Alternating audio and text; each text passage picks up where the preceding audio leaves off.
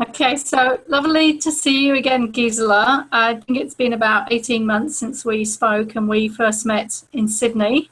That's Uh, right. and we had a great time working together. And I remember our first conversation in that hotel room where you were saying, why, you know, how is this going to help when I've tried so many other things?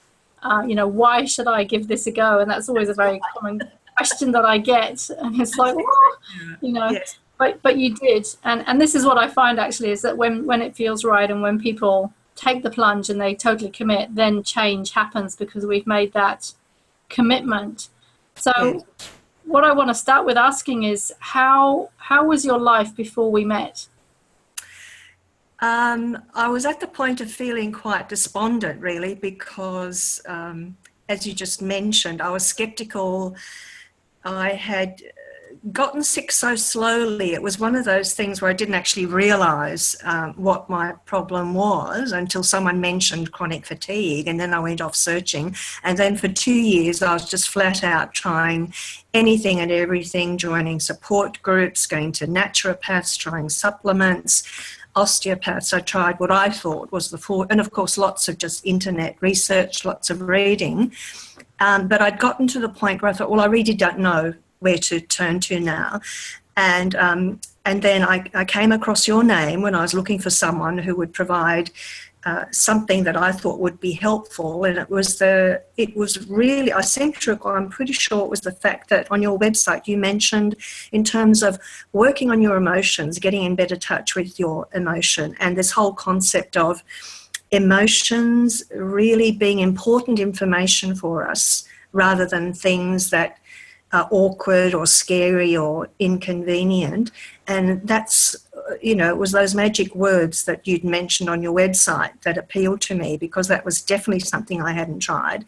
And I was 99.9% confident that my problem originated from really difficult emotional situations where I was in situations in which I had no control and I couldn't see any way out of, and I'd had to suppress my own feelings for that period. And so when we met, I remember that first meeting in the hotel room, there were all these light bulbs going off about this whole thing about how emotions are our body's way of telling us things that our brain either finds inconvenient or too scary to acknowledge at the moment. And then in you just stepping me through some of the tools that you like to use when you're helping people through things like chronic fatigue, I just from the word go, I just really felt, classic light bulbs going off. Mm. And it is so interesting how, it seems so obvious once we hear it, and yet it wasn't obvious before. And that's what I love about, this work. It really is about becoming more aware of what we were previously unaware of. Yeah.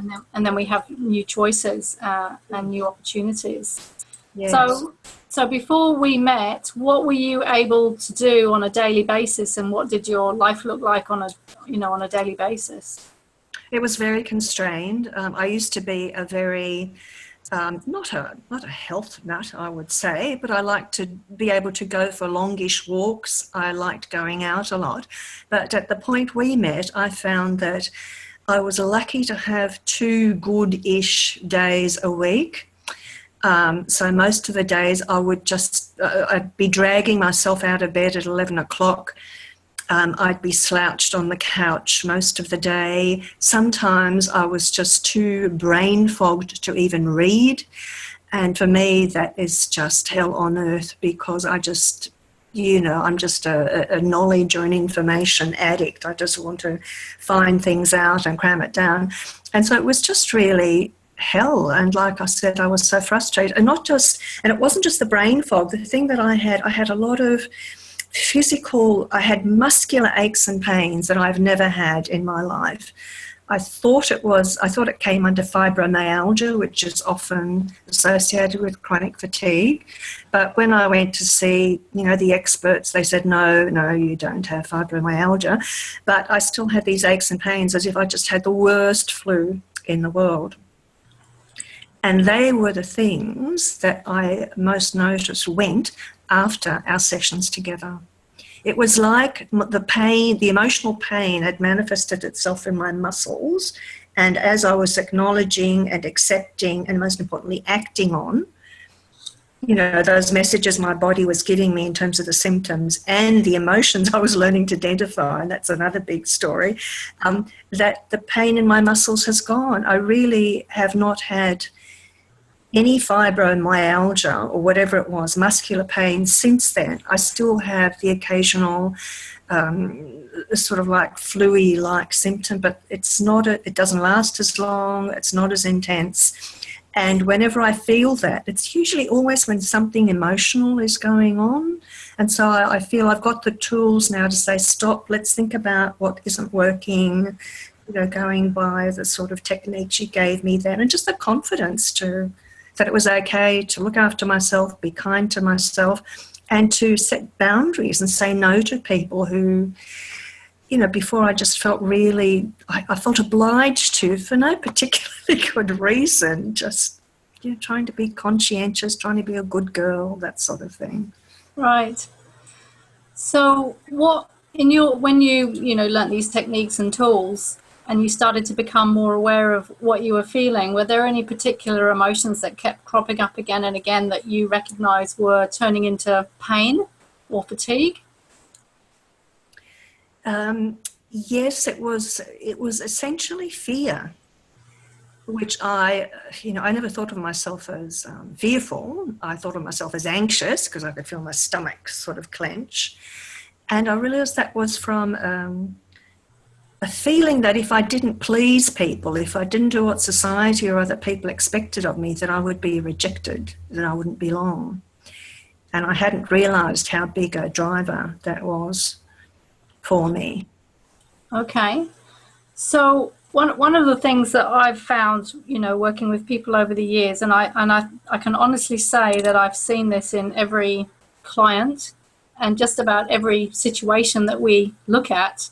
If we're looking at a situation in a client's present day life, usually what we find is that the present is repeating the past. Yes. And that it's what I call the surface and the deep. So the surface is what's happening currently, presently in our life, and the deep is actually what really is happening, and it's just like this constant re-triggering of old stuff.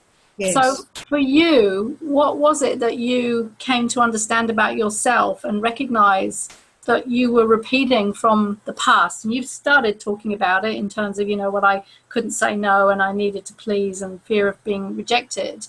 But if you look at your life, because where I'm moving now in my work is really helping women to be very, very empowered, and also to become their own heroine, really, to write their own story that is a story of triumph rather than not getting where they want to get in areas of their life, which could include their work, their partner, their their finances, their relationships, all aspects of their life, because all aspects of our life are impacted by what is going on inside of us.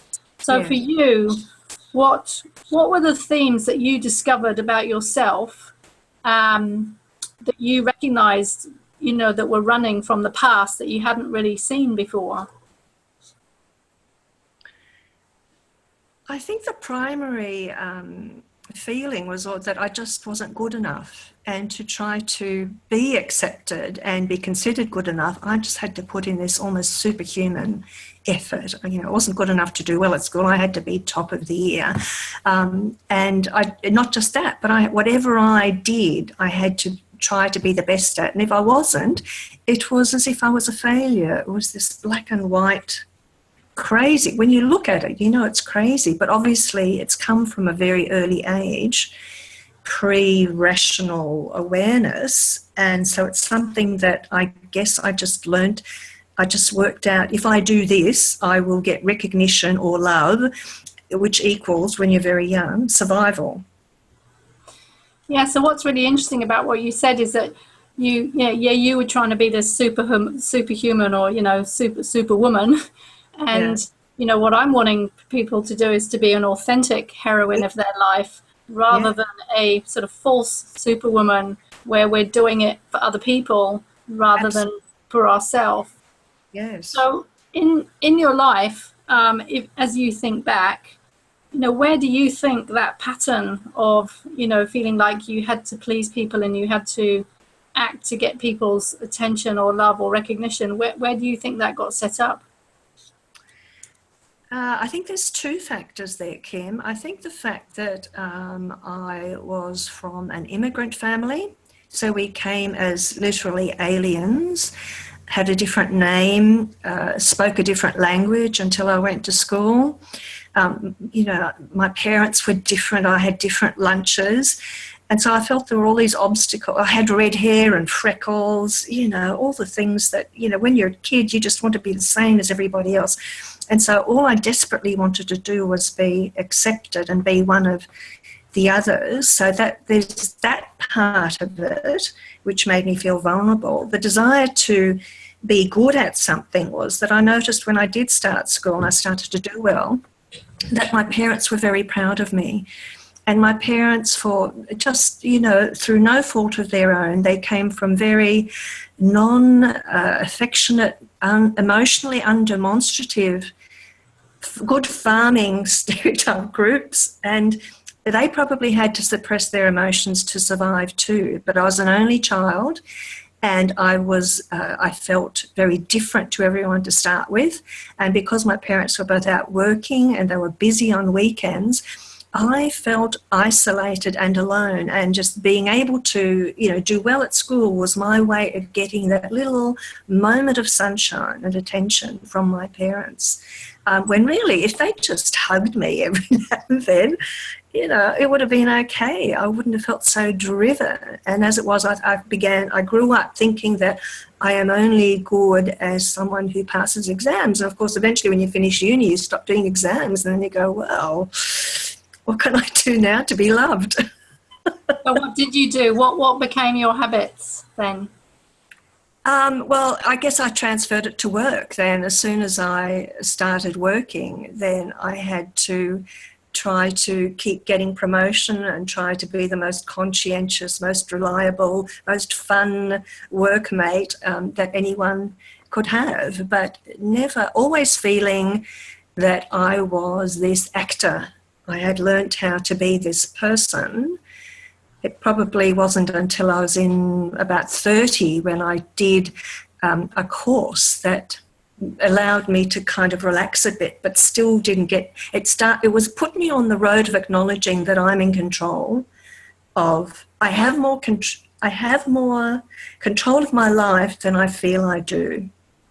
The concept of owning your life was part of this course. Mm-hmm. And that's when I stopped blaming my parents and everyone else around me. But that didn't help me be more assertive. I stopped blaming other people, but I still didn't feel empowered to say, look, you might want this, but that doesn't work for me. I'm really sorry, and move on. I would just do whatever I can. I compromise myself constantly just to please other people, to belong. Mm. And this is so common, you know, which is why I'm, you know, moving more into this sort of new line of work, is that it's just so common. And especially amongst women, and I am a woman and I've done it, so I can relate to it. And I think a lot of it is, you know, yes, it comes from family, but bigger than that, it comes from society. Absolutely. And what I see is that, you know, apparently from, you know, people that I hear from, we're moving from what is called a patriarchal to a matriarchal society, which means, you know, less male dominated and bringing more the female in. And that means, you know, doing things differently and being more in touch with oneself and being more connected to intuition and feelings and all that sort of stuff, which, you know, a lot of men brought up, you know, well, big boys don't cry and all that sort of stuff.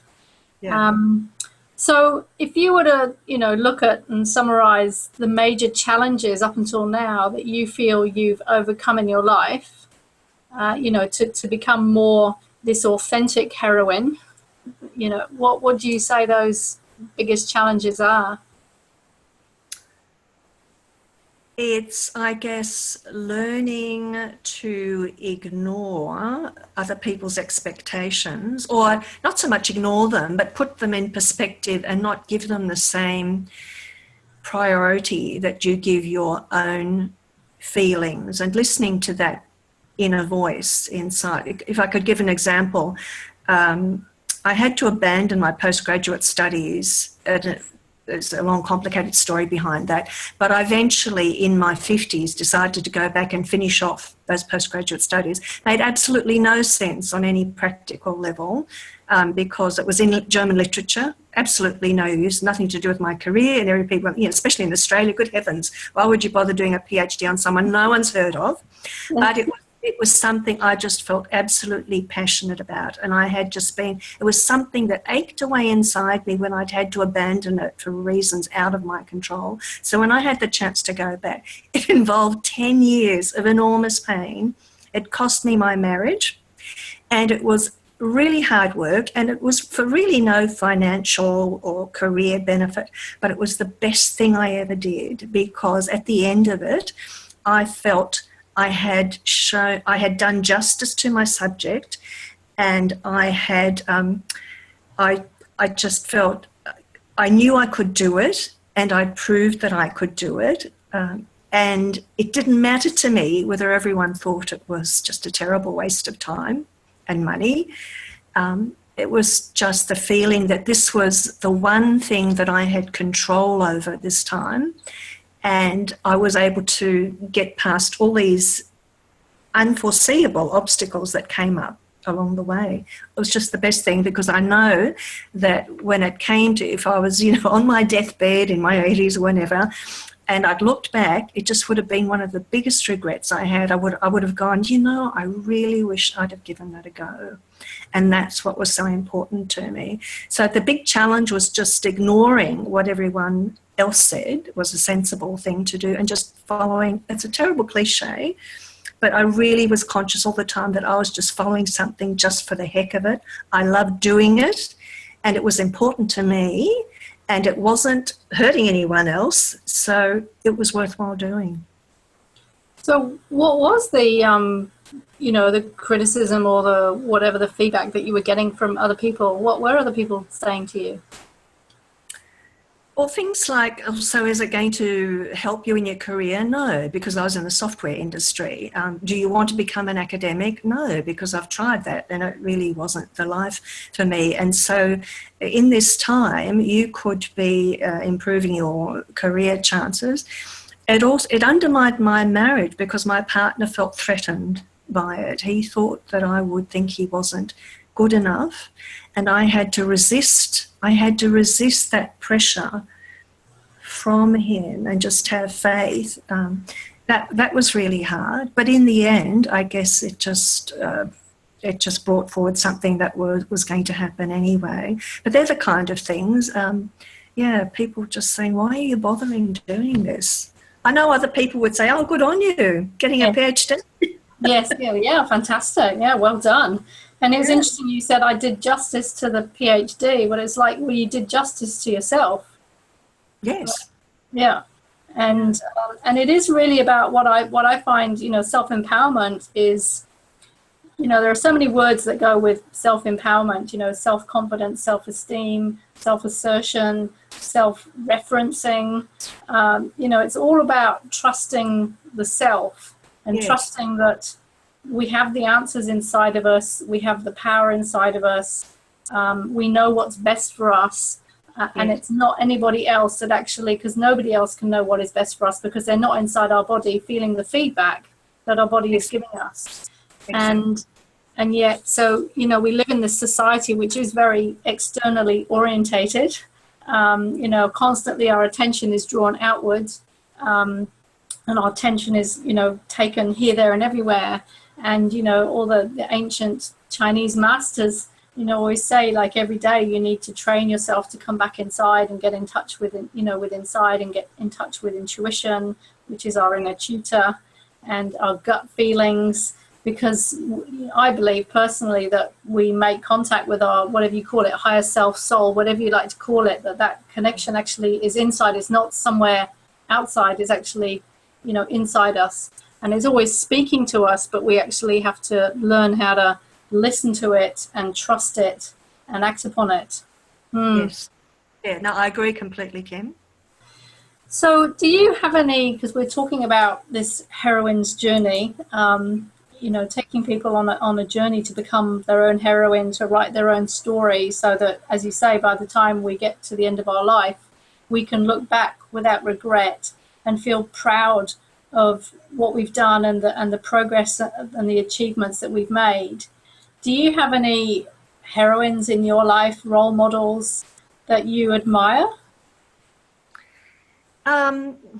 I think my original role model was probably my father, and the funny thing about that is, even though he was a male, he was a feminist before his time. He was the one that I got my love of learning for, and he was the one who inculcated in me that women were as smart as men and women could do anything that men could do. And for me, that was such an important blessing, because I'm not sure that I would have had that courage to do, or might have taken me a bit longer, but that was always sort of a given that I relied on. And I guess because he kind of had a very difficult upbringing, and he just ploughed on optimistically regardless, and I picked that up from him. But that's very unusual, because I've since found that most of the men that I've encountered have been obstacles along the way, so that my father was very unusual in that way. But with women, I find one of my role models is the author Elizabeth Gilbert, and a lot of people are a bit sceptical about her for her Eat, Pray, Love. But what I really appreciated about her was her can-do attitude, her incredible emotional honesty in her books, which is what I appreciated, and her drive to learn what's going on emotionally and build spiritually, and just work out what her path was and follow it regardless of what people were saying. And she's become a phenomenal success, and the thing that I really admire about her is that she doesn't have tickets on herself. She's wonderfully self-deprecating. She has a great sense of humour, and she's always trying new things. So that's she's probably the greatest role model that comes to mind at the moment, I think. That's great. Apparently she was in Auckland recently, and I missed her. Was she in Sydney? Yes, she's been in Sydney, but she's everywhere on YouTube, and she goes to Writing Festival. I really just find her so inspiring, and she recently wrote a brilliant book on creativity, which is an inspiration to anyone who wants to go on their own heroine path. Oh, that's fantastic. So one last question. What would you say to, actually two last questions. How is your life now in comparison to, before we started working together? What's the difference and the change? I'm feeling really essentially happy and at peace with myself, and I don't feel stuck. I think that the problem, when we met, I felt really stuck. I thought, look, I've tried everything, what do I try now? And just the getting on that path of taking a bit of time out and working out what's going on for me emotionally, and thinking in terms of, well, what would be the best thing for me to do right now? What do I really want? How do I really feel about something? Just taking time out to reflect on and then act on what your feelings are. That's, I think that's been the biggest difference. And and I've also found that's had all sorts of changes. I like the group of friends that I'm with now. The people who used to cause me grief, or the people who I seem to be spending time with because I felt too bad about, say, not ringing them so often or not being in touch. I feel okay about that now, whereas before I used to feel guilty and anxious. and I'm doing a lot more things. I've gone into writing poetry. I've started work on a memoir project. The people I've met through the poetry groups, I feel now, oh, I finally found my tribe. I always used to feel that I've got all these lovely friends, but they didn't necessarily have the same interests or way of thinking that I did. And I just feel less helpless now. I think I feel I've got a set of basic tools, but at the same time, I just find that the more I learn, and the better things get. And although my chronic fatigue symptoms haven't gone completely, they are just insignificant compared to where they were before. They're getting less all the time. That's fantastic. Yeah. And light at the end of the tunnel. Yeah. And yeah, really it is I don't know about what you think, but I just feel the theme that I've seen with every single client is this moving from disempowerment and feeling helpless and hopeless.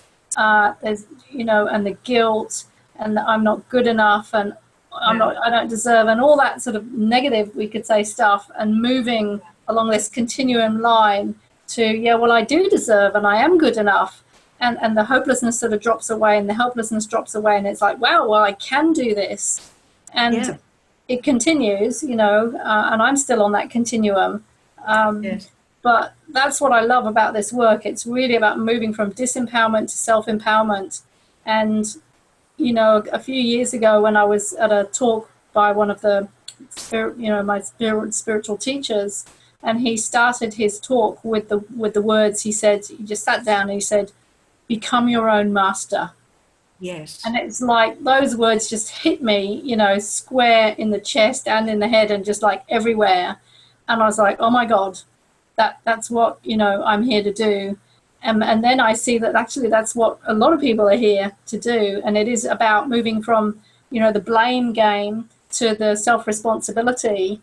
And that feels so much better than staying disempowered and blaming and looking, everything's on the outside and there's nothing I can do about it, to moving to, yes, actually, I have the power to change things.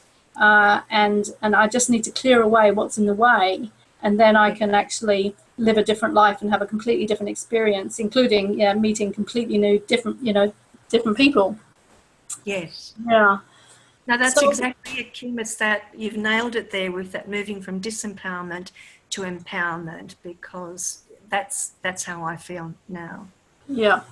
Yeah. And that's how I feel too. It's been my journey, big journey, and it's felt so hard sometimes that I felt like it's almost impossible. But somehow when you persevere and you keep going, and, and I have persevered and kept going, one does make progress. And there's that saying, the darkest night is before the dawn. And that really is the truth. But what I find is there's not just one dark night, that they repeat. But each time we have more tools and more awareness. And it's important not to be discouraged by that. I've found in my darkest days, when I thought there's no way I'm going to finish this PhD, or when all the other stuff was going on, I had a little saying that said, this too shall pass. Oh, yes. I had to remind myself that, as awful as it seems now, there have been days in between the really lousy ones where life is okay. And so you just focus on that. Yeah. No, I use that too, this too shall pass, if I'm in a really shitty mood or, whatever is going on. I remember that. Against you. Pardon? Or the world seems out to get you. That's right, yeah. And it's like, oh yeah, I've been here before and I came out of it before. Exactly. So, hold that thought. Yes. And it always does pass. It always does pass. Exactly. And it's always good to have the tools to help pass through that quickly, because I used to be stuck in major clinical depression for months. And now I can get through something in minutes, Exactly. So, that's the difference. No, it's wonderful. It's wonderful. So, what parting comment would you like to leave people who might be watching this in terms of inspiring them to become all they can be? Well, firstly, these are things that are easier said than done. But firstly, in the same way that you want to aim to be your own master, I think the important thing is to also treat yourself in the way that you would want to treat a much loved child, and to be encouraging and accepting, and point them to ways in which they might look for their own answer. I would say never give up. I remember there was one of the things I took away from Anthony Robbins, hours and hours of stuff, but he said something that stuck with me, and it said, whenever you do a course or read a book, even if you only get one little lesson out of that, that was worthwhile doing, because all those things accumulate. And I feel that's the point that I'm getting to in life. Never stop learning, never give up. Don't be hard on yourself. Cut yourself some slack. You know, we cut other people much more slack than we cut ourselves.